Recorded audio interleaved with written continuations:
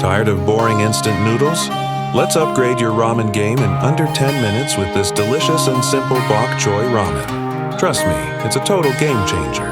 First, bring 4 to 6 cups of vegetable or chicken broth to a boil. While that's heating up, chop up a head of fresh baby bok choy. Once your broth is bubbling, add your instant ramen noodles. Forget that salty seasoning packet. We're making our own amazing flavor. Stir in a tablespoon of soy sauce and a teaspoon of sesame oil.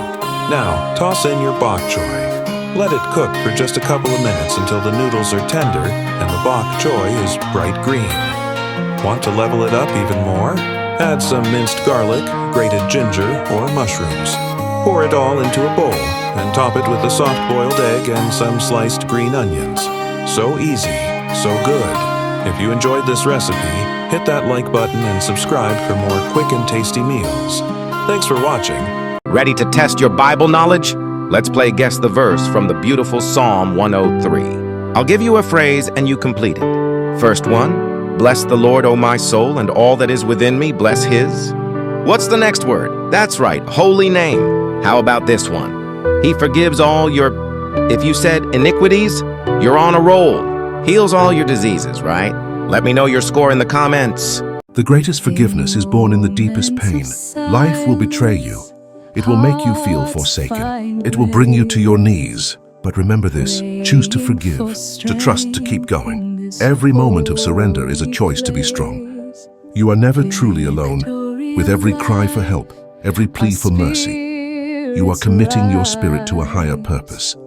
This is your trial, your test, your triumph, so stand up, endure. Keep going, keep believing. The world is waiting for your grace. Ever wonder what a typical dinner was like in Jesus' time? Forget fancy banquets. For most people, the evening meal was simple, humble, and incredibly healthy. The star of the show was usually a hearty one-pot stew, simmering away with legumes like lentils or beans and whatever vegetables were in season. This wasn't a solo act though. It was served with warm, unleavened flatbread, perfect for scooping up every last delicious bite.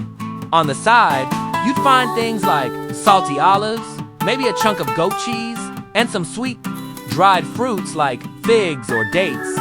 And meat, that was a rare treat, saved for special occasions or honored guests. The diet was built around the 7 species from the Bible, things like wheat, barley, grapes, and pomegranates. It was a simple, plant-forward way of eating that connected people directly to the land. Thanks for watching. If you enjoyed this little trip back in time, don't forget to like, subscribe, and hit that bell for more. Ever wondered what it was like to eat on the Titanic? Not in the fancy first-class dining room, but down in third class, where dreams of a new life were fueled by hearty food. On the morning of April 14, 1912, the very day the tragedy began, passengers were served a surprisingly robust breakfast, smoked herrings with jacket potatoes. This wasn't just a simple meal. It was a taste of the abundance they hoped to find in America. For many immigrants leaving behind hardship, a breakfast with fish and potatoes was a luxury. It was warm, filling, and packed with energy for the journey ahead. While the exact recipe is lost to time, we can imagine the simple, savory flavors, smoky, salty herring paired with a fluffy, steaming potato. It's a humble dish that tells a powerful story of hope and aspiration from a bygone era. Thanks for watching. If you found this piece of history interesting, don't forget to like and subscribe for more stories. Welcome, everyone. Today, we're diving into a passage that holds profound meaning and offers a unique perspective. Let's explore Revelation 1, King James Version, starting with the very first verse, the revelation of Jesus Christ, which God gave unto him, to shew unto his servants things which must shortly come to pass. And he sent and signified it by his angel unto his servant John. This opening immediately sets a tone of divine communication and purpose.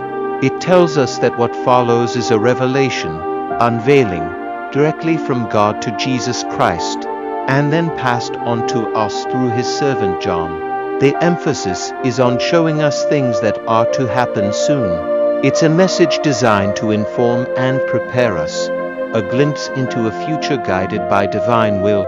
This foundational verse invites us to consider the source of this revelation and its intended audience, his servants.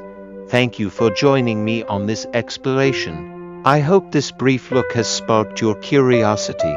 In the beginning, there was only peace, a world painted in soft greens and quiet sunsets. Then, with the sound of a drum, war marched across the land, tearing the sky with fire and thunder. The fields were broken like shattered glass, and crosses rose like a forest of stone. The larks, once soaring in silence, now flew amid the roar of guns below, their songs lost in the chaos. Life, once vibrant, fell silent. Men who had felt the dawn and loved deeply now lay still in the cold earth. From this hallowed ground, a new life bloomed, not of trees or grass, but of crimson poppies, each a memory of a soul lost. And as the last echo of battle faded, a silent promise was born from the fallen, a torch passed to the living, a vow that their sacrifice would never be forgotten. Blood is washed away every sin. In the light of His grace, You make dinner every night, but here's a fun twist. You've been ignoring the best breading right in your pantry. First, grab a bag of Doritos. Crush them up, but not too fine. You want some texture. Next, set up a standard breading station. You'll need a plate of flour, a bowl with a beaten egg, and a plate for your crushed Doritos.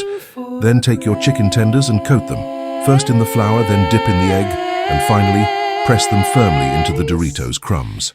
Make sure they're fully covered. Now just bake or air fry them until they're golden and crispy.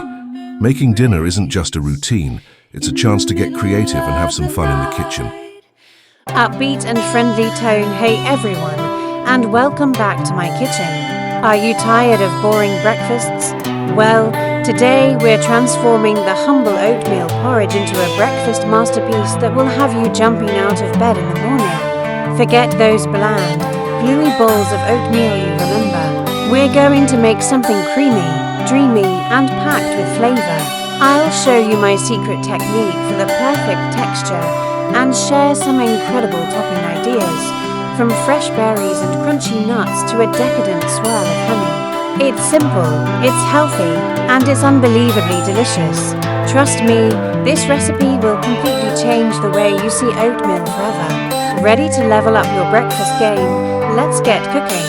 And if you love easy and tasty recipes like this, don't forget to hit that subscribe button.